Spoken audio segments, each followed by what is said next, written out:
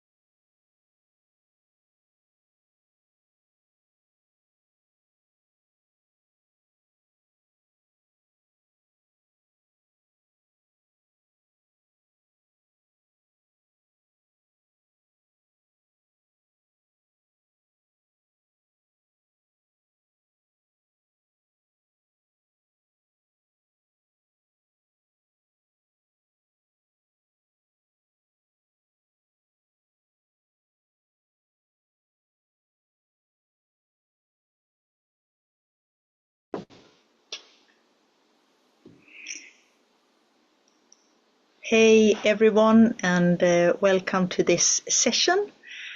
My name is Anna Wennblad, and I'm the project leader of this fantastic project, European Citiverses Uniting for Inclusiveness.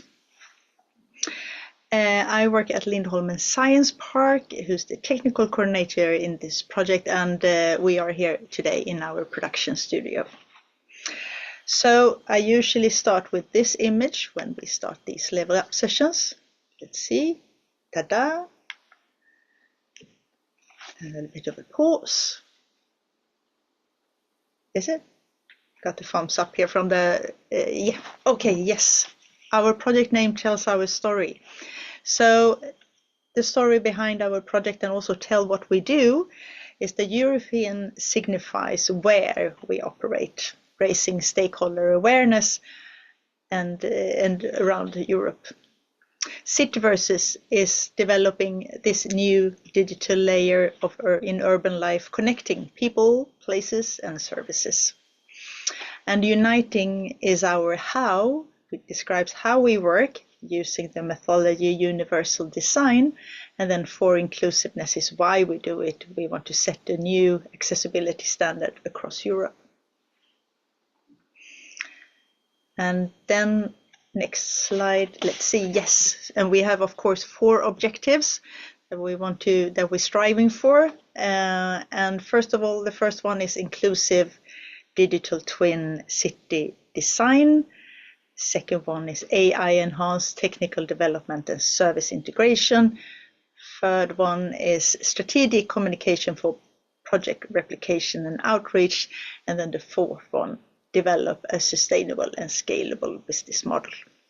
Important to have in mind, and we have now 15 months of the project to deliver upon these ones. So next slide. So today you entered the room of our project level up session.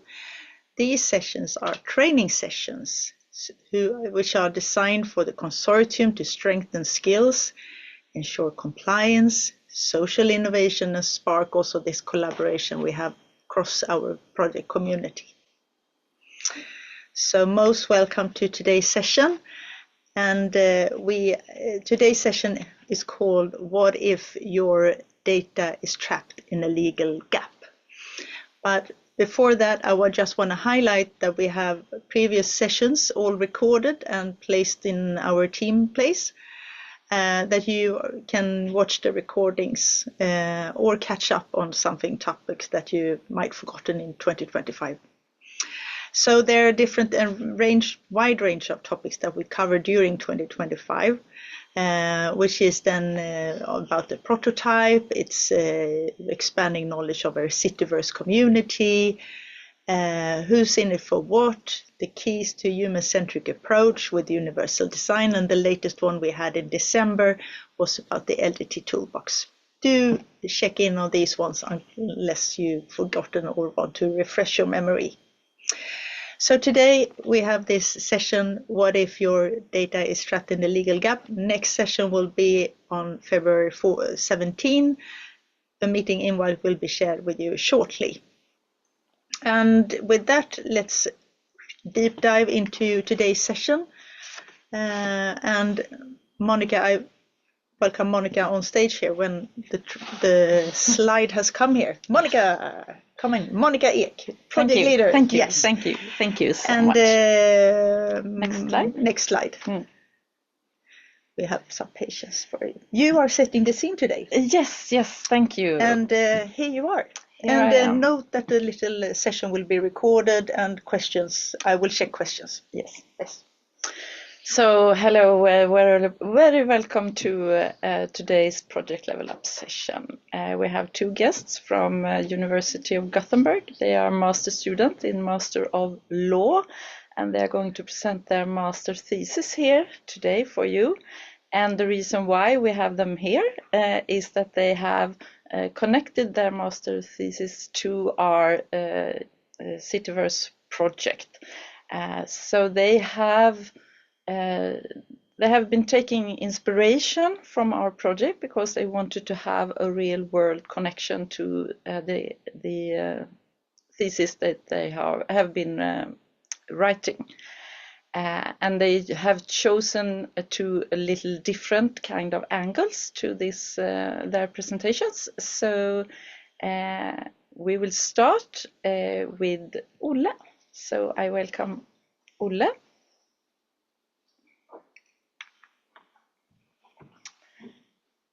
And you have been writing about governing publicly funded local digital twins in the EU data economy. That's right. So please, the stage is yours. Thank you very much. So, hello everyone. My name is Olle Nyberg, and since May of 2025, I've had the privilege to follow the European Citiverses Uniting for Inclusiveness project firsthand. The thesis itself revolved around one core question. How can publicly funded local digital twins and a virtual Gothenburg and the CU accessibility platform actually be governed in today's EU data economy? The EU has launched a whole package of digital rules to boost and make data sharing easier. But for a project like the European Citiverses Uniting for Inclusiveness, all of these rules arrive at the same time. The risk is that they become a patchwork, well-intended but hard to navigate in real life. So in this presentation, I won't walk you through every article or every regulation. Instead, I'll focus on three distinct areas. Number one, where we see real friction between tech and law in the CU project. Number two, what that means for the local digital twin. And number three, a governance model called sovereign commons that might help us handle this better in the future. In European Citiverse projects, we see something very clear. On the one hand, we have a very advanced tools like Virtual Gothenburg, for instance, which is a powerful tool, a digital twin capable of urban planning, simulation, and overall decision-making. A tool used even before we make real-life practical assessments or implementations. We also have the envisioned accessibility platform, which is intended to use AI and shared data to help families with disabilities navigate the city more easily. On the other hand, we have a fast-growing cluster of EU rules about data, AI, and digital infrastructure as a result of the EU's digital package. Each of them by themselves make sense and have a clear, distinct purpose, but together they become difficult to navigate and apply in practice. As a result, new projects, businesses, and private actors alike within the Union intending to utilize data and AI technology might struggle to comply. This is an issue because Union actors want to make sure that their investments pay off, meaning that establishing in the EU must be financially beneficial. This innovative mindset is also shared by EU itself, who envisions that the Union should become the strongest, most data-agile economy in the world. But actors are simultaneously told to be open, share data, and collaborate, but to what extent remains unclear. This provides a stalemate where actors are afraid of breaking rules they don't fully understand and oftentimes choose to settle outside the Union to avoid a multifaceted and unclear Union framework. That tension is what my thesis tries to unpack and can be summarized into the gap between what technology can do and what the legal framework limits actors to actually doing.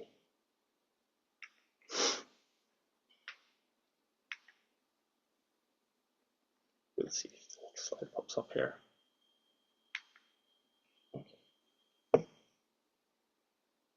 Okay, so let me give you three very concrete frictions on how this is materialized in the CU project. First, who owns what in the multi-layered and shared infrastructure?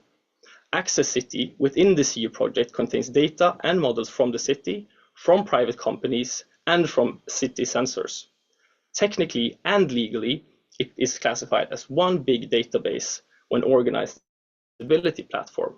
However, legally, it is not obvious who can decide how different layers may be used, combined, or even licensed. The project also has a contract, which in itself provides clauses where actors have to use their best effort to utilize the project post-project commercially.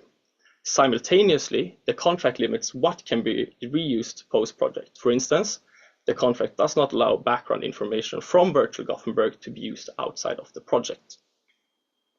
Moreover, the European legislation itself promotes open data accessible to the general public, free of charge, and free to share with whomever. This stands in stark contrast to the exclusive proprietary rights for databases. For instance, manually curated 3D models of city infrastructure, such as the Arena Scandinavian within the CU project. So, on the one hand, data shall be free, open, and easily accessible. On the other, it shall be commercially exploited and utilized to gain profit.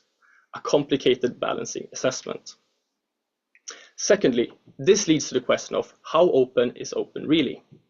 The twin is publicly funded, there is political and legal pressure to make data open and reusable. At the same time, some actors have invested heavily in models and services, with certain data bordering the area of critical infrastructure or security-sensitive information. Therefore, total openness or total exclusivity becomes unrealistic. Exclusivity might even limit innovation and constitute state aid that distorts internal market competition. Thirdly, these two frictions converge on the questions of what exactly transpires post-project. Can we scale this service to other cities, and can we provide startup access for other projects intending to utilize the twin or the accessibility platform? These questions become structurally impossible to answer without coherent governance rules and adequate contractual rules.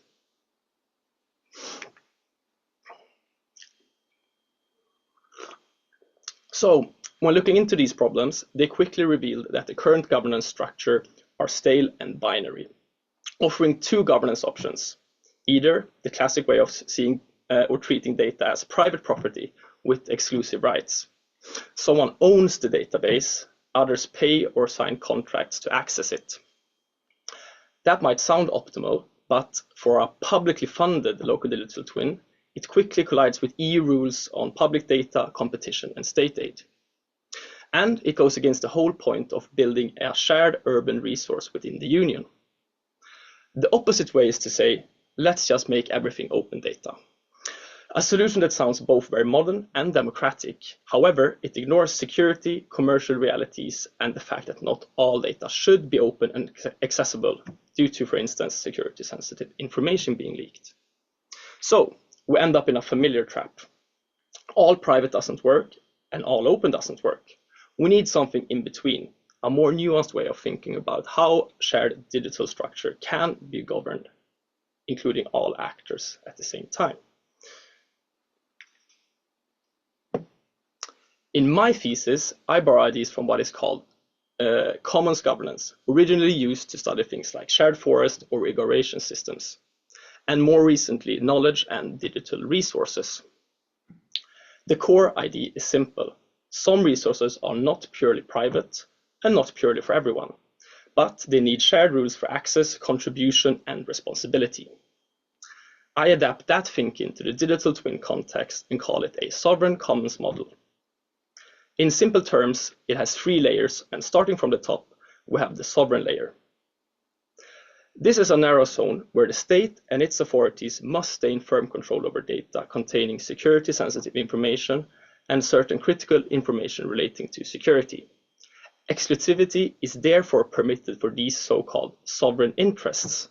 However, the interest itself has to be clearly defined and justified, and not used as a black hole where the state has the power to restrict data in an unproportionate manner.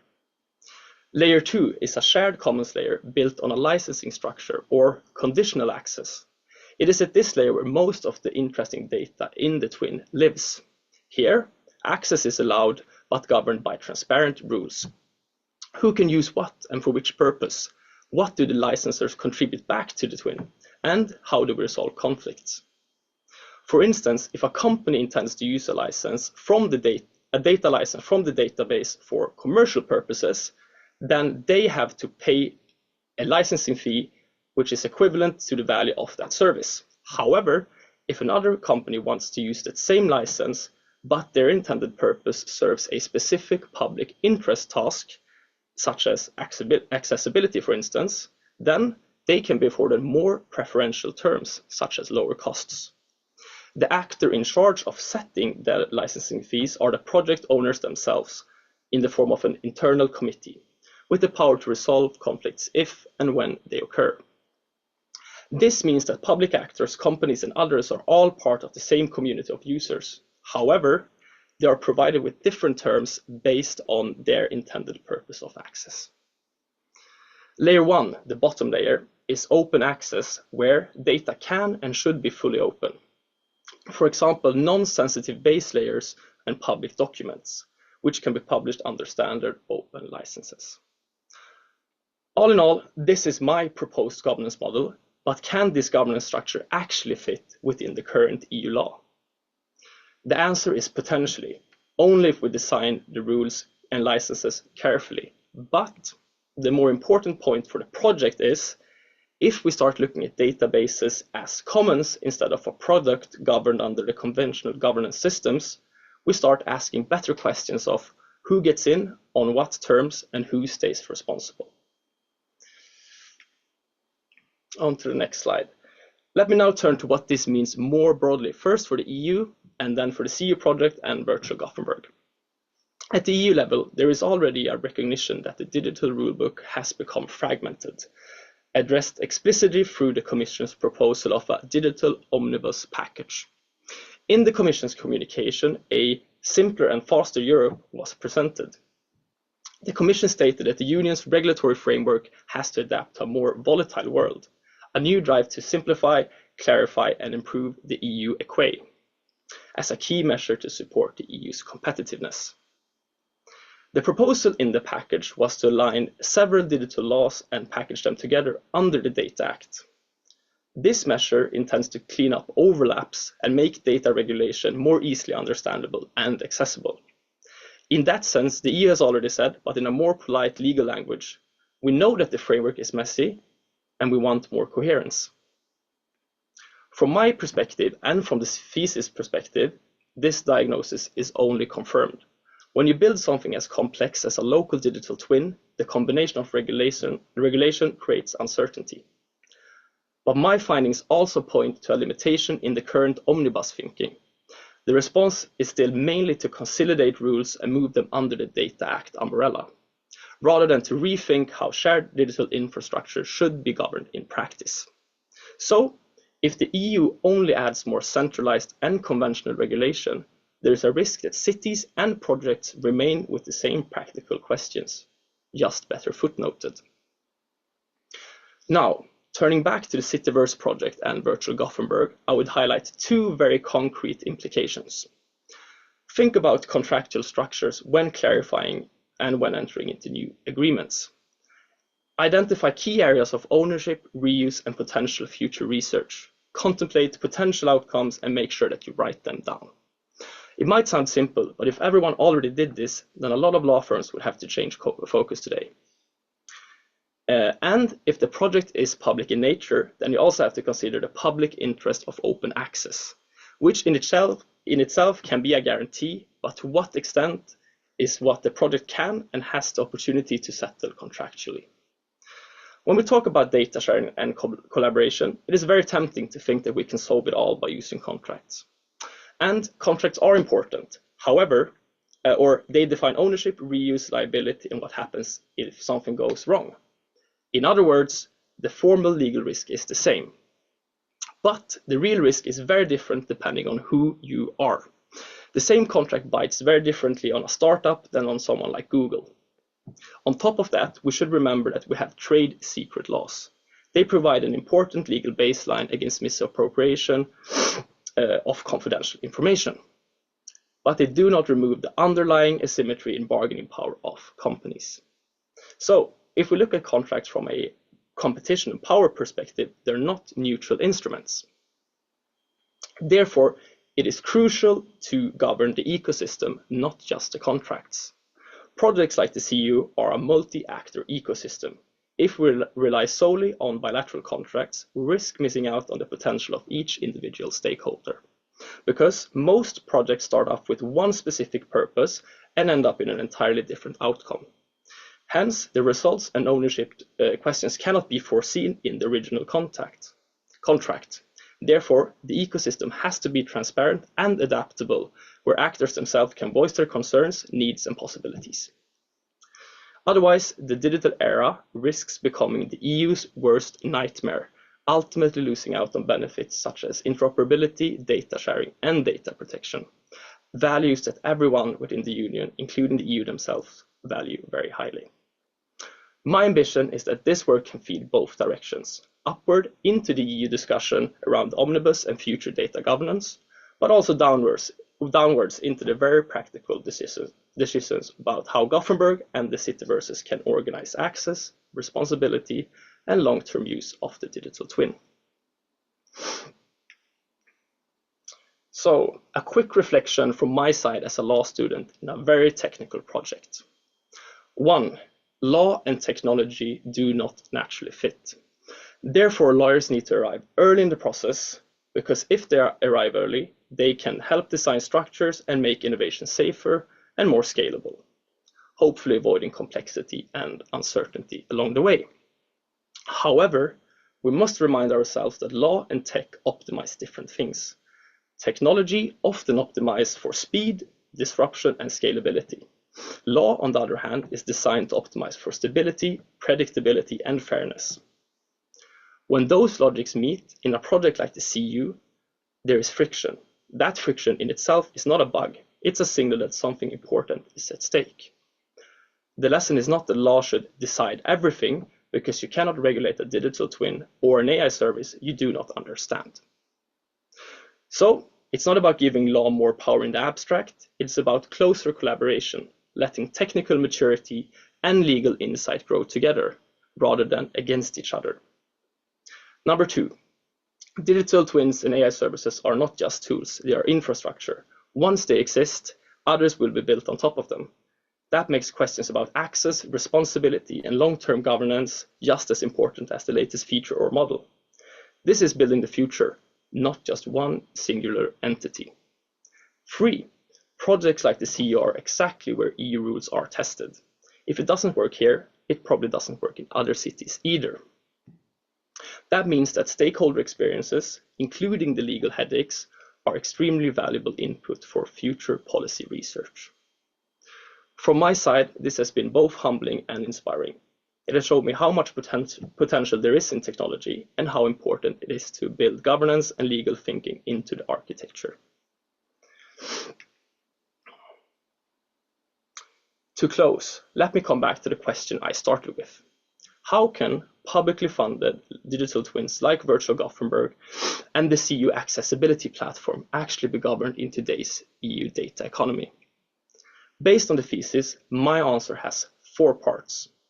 First, we need to recognize what these twins actually are in legal terms. They are mixed databases.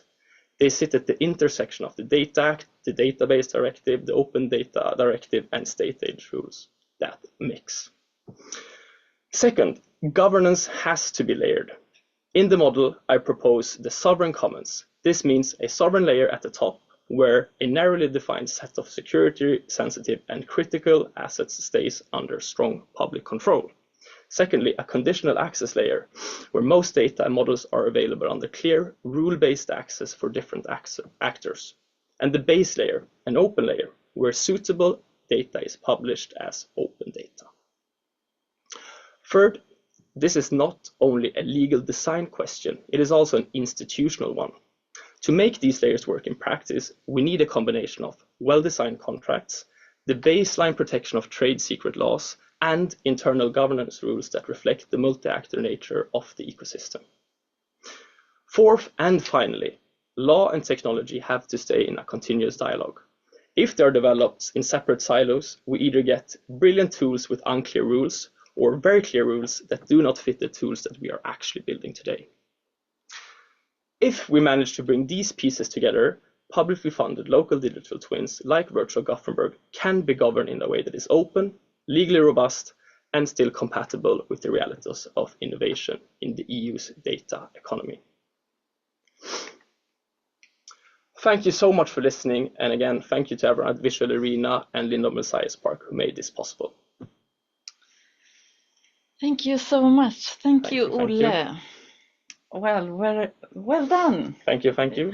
I just wanted to ask Anna if there is any questions somewhere. You can write your questions in the comments, and I will ask them Feed into me. to Olle, but I have a question. You mentioned these EU have these as open as possible and as close as necessary, like a tagline. And as we think we are going to use more and more digital twins and more AI, do you think that we will turn more on the closed data or the open data? Do you have any vision on that?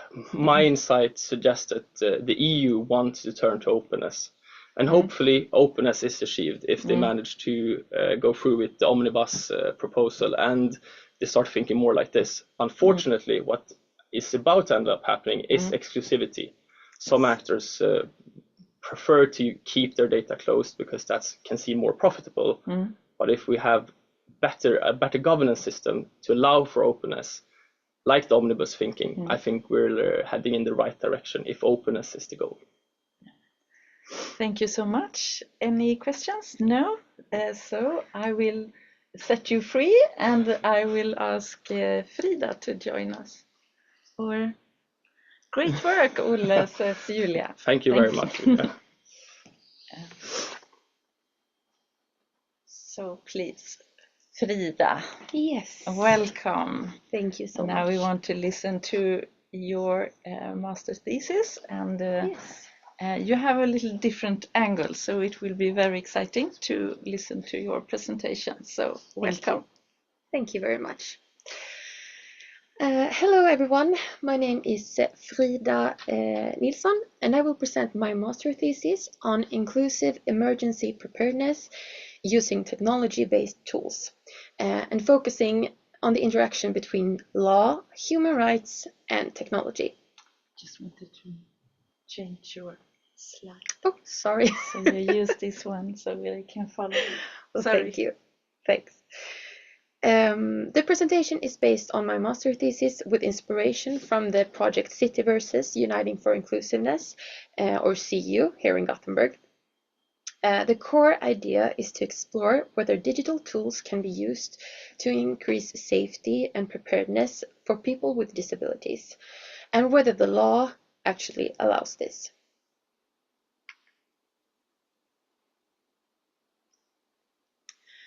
My main research question is, how can technical tools be used to strengthen emergency preparedness aimed at helping people with disabilities? Note that this is primarily a legal question, not a technical one. The technology already exists to a large extent. And the real issue here is whether current legislation enables or restricts its use.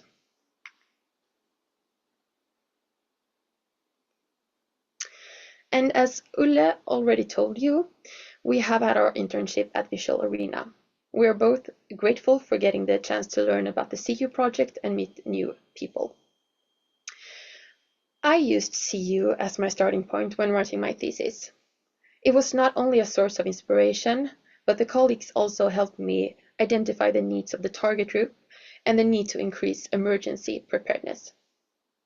Another source of inspiration is the SOS Alarm application that enables the user to share location data with the Swedish emergency center SOS Alarm. The SOS Alarm application shares information about different emergency in the area and uses location data to send relevant warnings and important public announcements, as in Swedish we call VMA, or viktigt meddelande till allmänheten. And of course, since I'm a law student, I added the legal perspective to this issue. The background to this research is the current security and risk landscape. Sweden, like many other countries, has identified that crises are becoming more frequent. Climate-related disasters such as floods are increasing, and preparedness must be strengthened at the local level. At the same time, several reports show that people with disabilities are disproportionately affected in crisis. This is particularly problematic for people that are living in their own homes and without municipal care. These individuals then often fall between systems, and many municipalities lack routines, updated registers, and a clear responsibility for people who are responsible for the people that lives independently. And this creates an insecurity for the people. People with disability report concerns about not being able to alert authorities, not receiving understandable or accessible information, and the fear of being physically unable to evacuate. And taken together, this creates a clear need to improve communication, routines, and coordination, especially in preparedness before a crisis, not only during a crisis. To make this analysis manageable, I limited the study to the city of Gothenburg, people living independently without municipal care or support, since this is a group that is exposed due to the lack of emergency preparedness. I chose people with physical disabilities, especially reduced mobility, but I want you to note that people with cognitive disabilities are also a relevant group in this matter. And the last limitation is flood scenarios, and I chose this because it's a current problem in Gothenburg and will probably increase as the climate changes. And I also believe that flood scenarios is a legally interesting scenario, since it's a peace crisis, but also not an everyday event.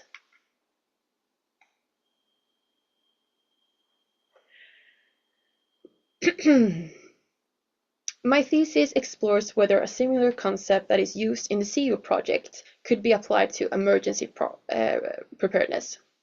And this led to the hypothetical application RescYou. And RescYou is designed to allow individuals to voluntarily share certain data. And I will come back to the issues of collecting and processing data in a while. And this data is shared in order to improve emergency response. And important here is that it's not aimed to surveillance, but targeted assistance, faster response, and better prioritization. It is especially aimed at people whose needs are otherwise invisible to authorities. And the data that is relevant here is health-related information and location data. And why should you share your data? And this is to,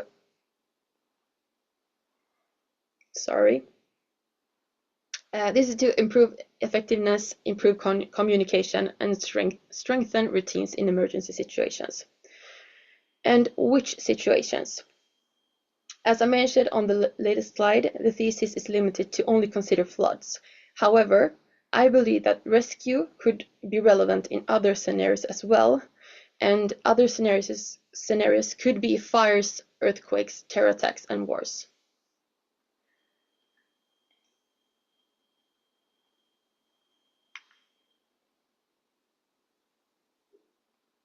And how does RescYou work? The user inserts the health-related information and location data before the emergency. This information must be accessible at all times to the emergency center for the function to be effective. Note that this is voluntary and based on consent. During the emergency, there is no need for the individual to call 112 to report the flood to the emergency center. Instead, the emergency center knows the location of the individual with extra need of assistance. The emergency center can then easily give instructions to the emergency staff. Since the health-related information is already inserted, the emergency staff can prepare, coordinate, and bring tools such as emergency wheelchairs and electric units for the individual's technical aid. A key distinction in my thesis is between before an emergency and during an emergency. And preparedness requires data in advance.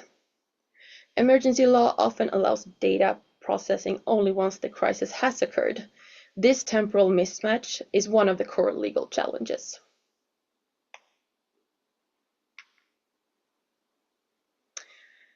Moving along to the relevant legal areas. The analysis shows that RescYou is affected by 3 overlapping legal areas: technology and data protection, emergency preparedness law, and human rights law. These areas are regulated separately and are not fully harmonized. And here you can see the main legal frameworks that are relevant for this thesis. However, a double amount of regulations are touched upon in the thesis, in total around 20 different laws and regulations.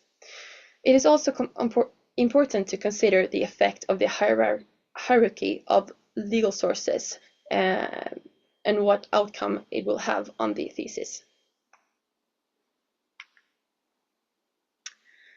So we will start up with the human rights. This slide outlines the human rights framework that is central to my thesis and to the assessment of RescYou. At a general level, several fundamental rights are engaged. First, the right to life. According to both the European Convention on Human Rights and the Swedish constitutional law, this right entails a positive obligation for the state. This means that the state must take active measures to protect individuals, particularly in situations involving emergencies and disasters. For persons with disabilities, insufficient emergency preparedness may therefore raise questions of compliance with this obligation. Second, the right to private life, which includes protection of personal integrity. The collection and sharing of health data and location data constitutes an interference with this right and must therefore be legally justified, proportionate, and necessary. Third, there is a prohibition of discrimination on the grounds of disability. This means that emergency preparedness systems must not be designed in a way that exclude persons with disabilities or places them at a disadvantage compared to others. More specifically, on the right of persons with disabilities, Convention of Rights of Disabilities plays a key role in the analysis. The Convention explicitly encourages the promotion and use of new technology in order to support persons with disabilities and ensure equal participation in society. It also establishes a right to communication, access to information, emergency services, as well as the right to protection in humanitarian emergencies and natural disasters. These provisions strengthen the argument that the state must consider disability-specific needs in emergency preparedness. At the same time, the Convention protects personal integrity. However, it also allows the state to collect information when it's necessary in order to implement the Convention and ensure effective protection of the rights. Overall, the human rights framework both enables and limits the use of technology, such as RescYou, requiring a careful balance between protection, effectiveness, and respect for individual integrity.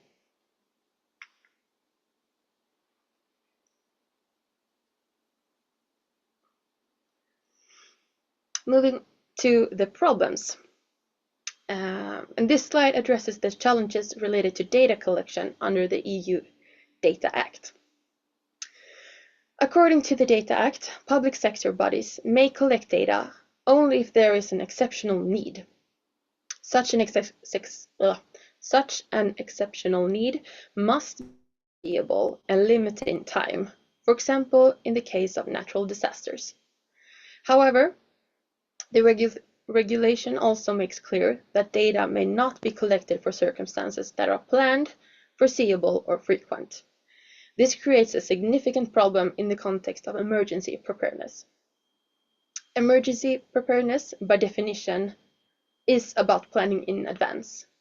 The idea behind RescYou is that relevant data, such as health information and location data, needs to be available before an emergency occurs in order to be effective. This leads to a practical issue. Once an emergency has already occurred, there is simply no time to collect and process the data, the necessary data. Collecting data at that stage would undermine the very purpose of preparedness and risk delaying emergency response. As a result, although the Data Act allows data to collect in exceptional situations, its requirements make it unsuitable for this context. The practical difficulties mean that the Data Act cannot serve as a viable legal basis for data collection, aimed at strengthening emergency preparedness through tools such as RescYou. Moving on to problems in the context of GDPR. Personal data may only be processed on the grounds of substantial public interest, legal basis, or consent. Starting with the use of data on the grounds of substantial public interest. It is strictly regulated and cannot be used in the day-to-day operations. A proportionality assessment must be done to balance the interference of the personal integrity and the public interest. Since RescYou needs the data continuously, it is not suitable to use the substantial public interest as a ground for processing personal data. My assessment is that this alternative is ruled out. When it comes to the basis of law, there is currently no clear legal basis for collecting health and location data for preparedness purposes. Thus, the ground of legal basis is also ruled out. Consent, however, is a possible solution to this problem. But since the consent must be freely given, the imbalance of power between the state and the individual makes it problematic. Due to the imbalance of power, it is questionable whether the consent actually is given freely. This ground for processing data is probably in compliance with GDPR as long as the public sector still offers the core service. In this case, that would mean emergency services. It can be argued that RescYou is an alternative to the traditional way of calling 112 to alert the emergency center. Thus, I believe that consent is the most suitable ground for processing personal data. I would like to address that a consent can be problematic when used by people with a cognitive disability. Since the consent must be informed and free, it is important to ensure that the person with a cognitive disability understands what he or she agrees to. But that is outside the scope of my thesis.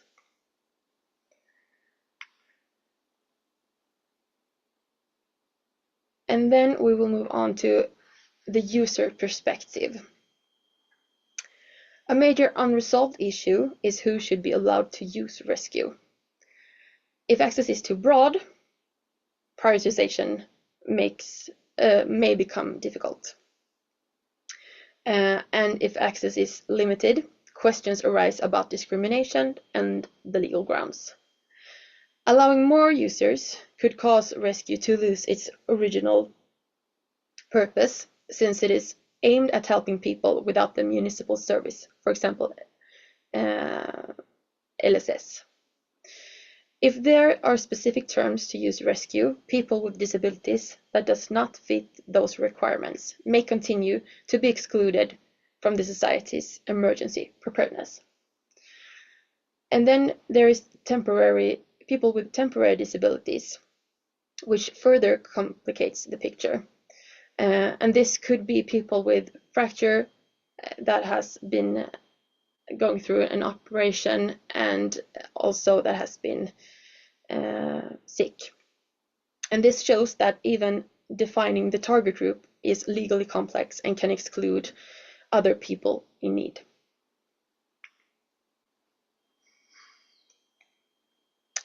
To conclude, to answer my research question, I think that digital tools like RescYou are suitable to strengthen emergency preparedness aimed at helping people with disabilities. When sharing location data and health-related information, it increases safety and effectivity. RescYou illustrates both the potential of technology and the limitations of the current laws. The remaining challenges exist, and we can see that it's a complex legal landscape that prioritizes privacy, reacts rather than prepares, and struggles to address invisible vulnerability. There's also a challenge when balancing several different interests. Another challenge is the dependence on other actors to actually develop the application. And the last challenge is that it's necessary to involve the public sector. And I would like to say that the key takeaway is not that RescYou must be implemented, but to illustrate the need of measures to include this vulnerable group in emergency preparedness. And thanks for listening, and thanks to everyone at Visual Arena and Lindholmen who made it possible for me and Olle to write our thesis in this interesting environment. Thank you. So thank you so much, Frida. I just want to check if there are any questions. No questions from the audience. You are free to write your questions if you have any for Frida or for Olle as well. I have a question for you. I really think this is so interesting topic because just a couple of days ago on the Swedish radio they discussed exactly this from the war in Ukraine, where people with disabilities really have a struggle. And I think when we start to work with those questions, I think it's really interesting to see how this new technology could help. But you talked about the power of imbalance. I think that this with consent is very interesting. So if you feel that you need to consent something just to be able to be saved, I think that is a very important question. So if this with consent is a bit hard, so if you want to use something else, do you see something that you could say that, okay, we can solve this in another manner or in another way to be able to lawfully collect data in the way that you have suggested?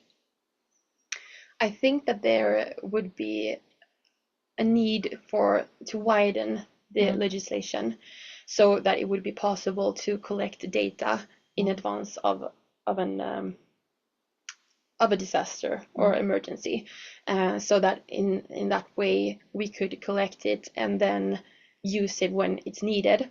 However, it would be important that it wasn't misused and would be done in a very safe way and not be able to,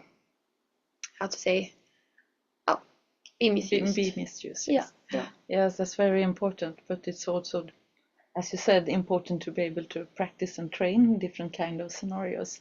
Yeah. Both flooding, but also, of course, other scenarios. Exactly. So thank you so much. Any questions? Thank you. No? Thumbs up from the audience. That's good. So Olle, will you please just close this one?